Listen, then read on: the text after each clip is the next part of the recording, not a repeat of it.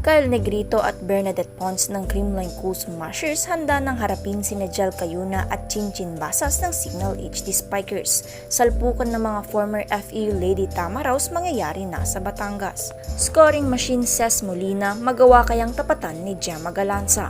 At pagkawala ni Ced Domingo sa gitna, malaking problema para sa Creamline. Good mood everyone and welcome back to my YouTube channel. Please don't forget to subscribe and click the notification bell para lagi kang updated sa mga volleyball ganap.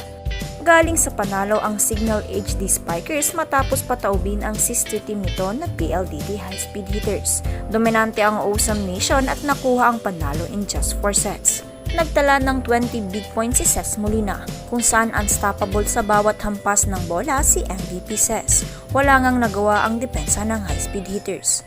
Remarkable din si Jel Cayuna na nagtala ng 4 points, kung saan litong-lito sina Mika Reyes at Del Palumata sa bawat pitik ng mga kamay ni Cayuna.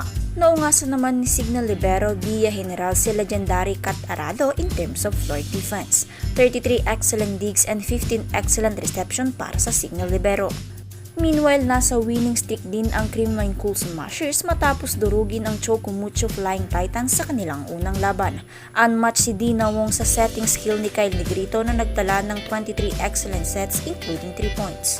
Breakthrough performance naman para kay Bernadette Pons na nagtala ng PVL career high 22 big points. Nalimitahan man si Gemma Galanza taling only 11 points, hindi naman ito nagpahuli sa digging department kung saan bawing-bawi with 15 excellent digs na karamihan ay galing sa malalakas na atake ni Sisi Rondina.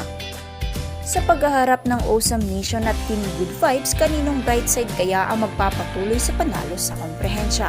Kaninong team kaya ang mananatiling undefeated? Players matchup ang salpukan ng mga former Lady Tamaraws, Jel Cayuna and Chinchin Basas versus Kyle Negrito and Bernadette Pons. Kaninong connection ang mas manginibabaw? Sa exclusion ni Ced Domingo to play import abroad ay tila llamado ang gitna ng signal. Mapigilan kaya ni Lisa Sato si Ruby Meneses. Inaabangan din ang banggaan ng dalawang power open spiker. Matapatan kaya ni Gemma Galanza sa scoring si Ces Molina. Speaking of tagabuhat ay 100% na kayang buhatin ni Molina ang signal. Kung dikdikan ng laban ay may Ces Molina na pupuntahan si Jel Cayuna. Kung tagabuhat lang naman ang pag-uusapan ay pasok ang pangalan ni Gemma Galanza sa side ng Creamline. Ang tanging kailangan lang gawin ni Kyle Negrito ay ibato ng ibato ang bola kay Gemma Galanza.